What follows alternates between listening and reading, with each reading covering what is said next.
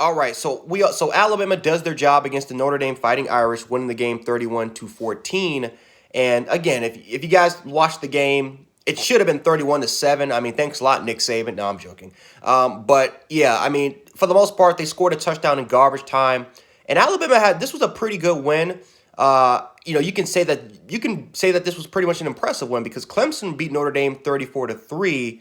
But after Clemson got absolutely manhandled today by the Ohio State Buckeyes, some Bama fans might say that, hey, our win was definitely less impressive, especially because what we saw with Clemson and Clemson manhandled Notre Dame kind of a little bit more. I mean, you can make an argument about that. I mean, it's kind of nitpicking, but Alabama was able to do their job.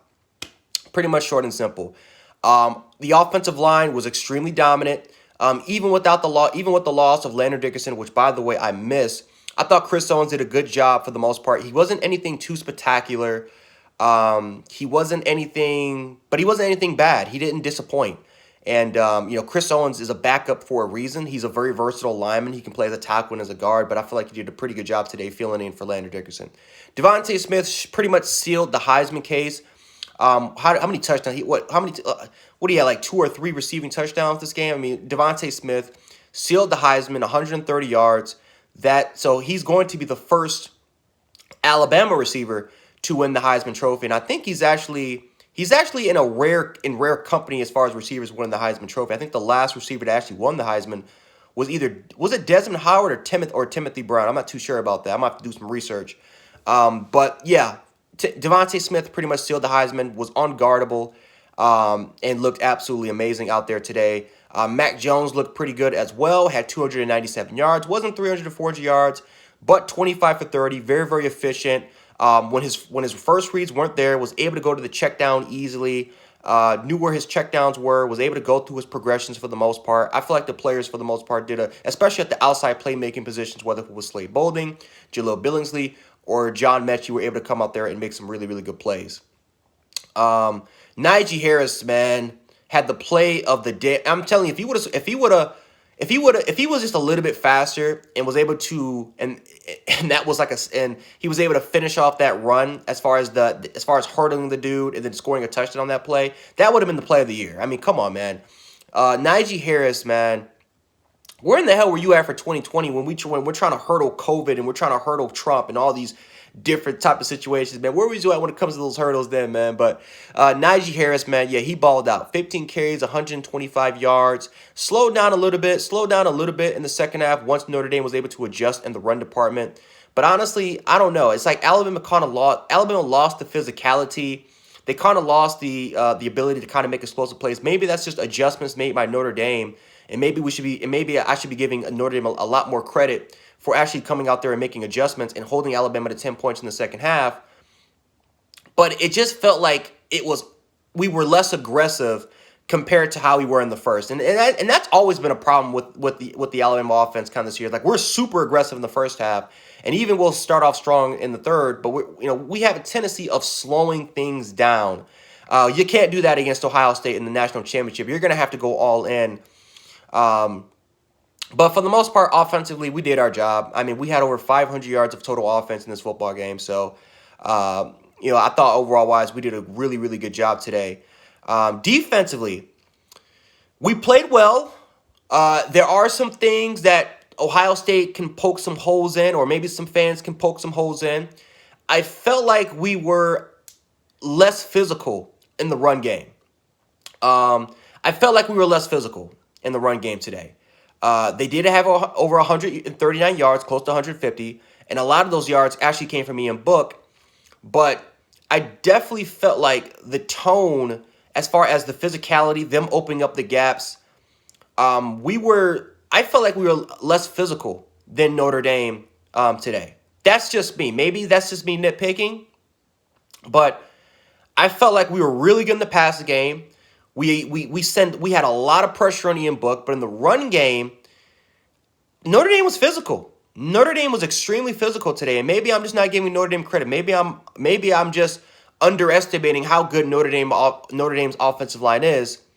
But I don't know. Maybe that's just me. Like, I remember watching some plays, and I'm watching Fedarian Mathis getting washed down the line of scrimmage I'm seeing Christian Barmore kind of holding his hips a lot compared to kind of how you see him in the past. So again, this is a very, very physical offensive line. This is probably the most physical offensive line that they've seen since the Georgia Bulldogs, and I think Notre Dame has even a better offensive line than the Georgia Bulldogs. Maybe Alabama with this game can get, that's kind of that's now used to the physicality, can have that experience going into that Ohio State football game. Something we're gonna find out about, but I felt like the passing D was okay for the most part, pretty good. Notre Dame did not do anything too spectacular, so I'm not gonna give Alabama too much credit. I'm not gonna give this defense too much credit and Pete Golding too much credit because Notre Dame didn't surprise me at all what they did today. Notre Dame, for the most part, tried to establish the ground game. They ran 2 tight end sets. And they didn't take shots to their receivers. I mean, only one receiver caught a pass in the first half. And that was towards the end of it. For the most part, it was just dink and dunk throws. It was just a little short, easy routes that you kind of would expect. And to be honest, I felt like Pete Golding and this Alabama defense should have played a little bit more aggressive. I felt like we gave these players a little bit too much cushion. We gave a little bit of those underneath short routes, but I felt like, honestly, we gave them a little bit too much cushion, in my opinion.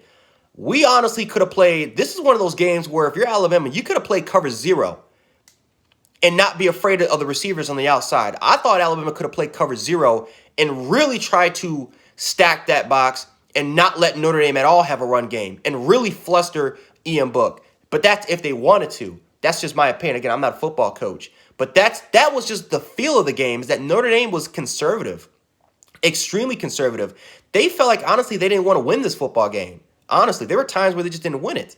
They didn't show any signs that they even wanted to win the football game. So I was a little surprised that Notre Dame wasn't more aggressive in the passing game, especially because how Alabama played against Florida. You would think that with all the hype that Notre Dame's kind of getting, that hey, Notre Dame can pass the ball in Alabama, that they were going to be a little bit more aggressive and include more of the receivers.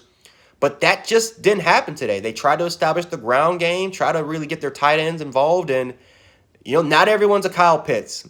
Not everyone's a Kyle Pitts. That's just all I'll say. Notre Dame's got some talent, especially with that Meyer kid, but not everyone's a Kyle Pitts. But I will give Notre Dame credit. They continue to fight hard. They didn't quit, and they didn't make any excuses. They took the loss, and they tried. And I know, I watched the press conference. Brian Kelly was frustrated because he felt like his team deserved to be there, and he's just trying to defend his team. But he took the loss like a man, and I got to give respect to that. Unlike some people, Dan Mullen, that will actually give credit to the opposition and actually would take some accountability as far as this loss goes. So I got to give Notre Dame and Brian Kelly a lot of credit to continue to fight and owned up to the loss. But anyway, guys, that's all I got for you guys, at least for this video. If you guys enjoyed this video, make sure to hit the like button, share the video, subscribe, and also hit the notification bell. By doing that, lets me know that you guys want more college football content, and I will be there to deliver for you guys today. Anyway, guys, Jan716, aka Jan Sports. Forgot. By the way, I will be having a live stream 1 o'clock Eastern Standard Time tomorrow on Sunday, so make sure to stop by the stream. You guys can definitely chat whatever you guys want, and I will definitely respond to your comments. Anyway, Jan716, aka Jan Sports. I'll check you guys out later. Peace.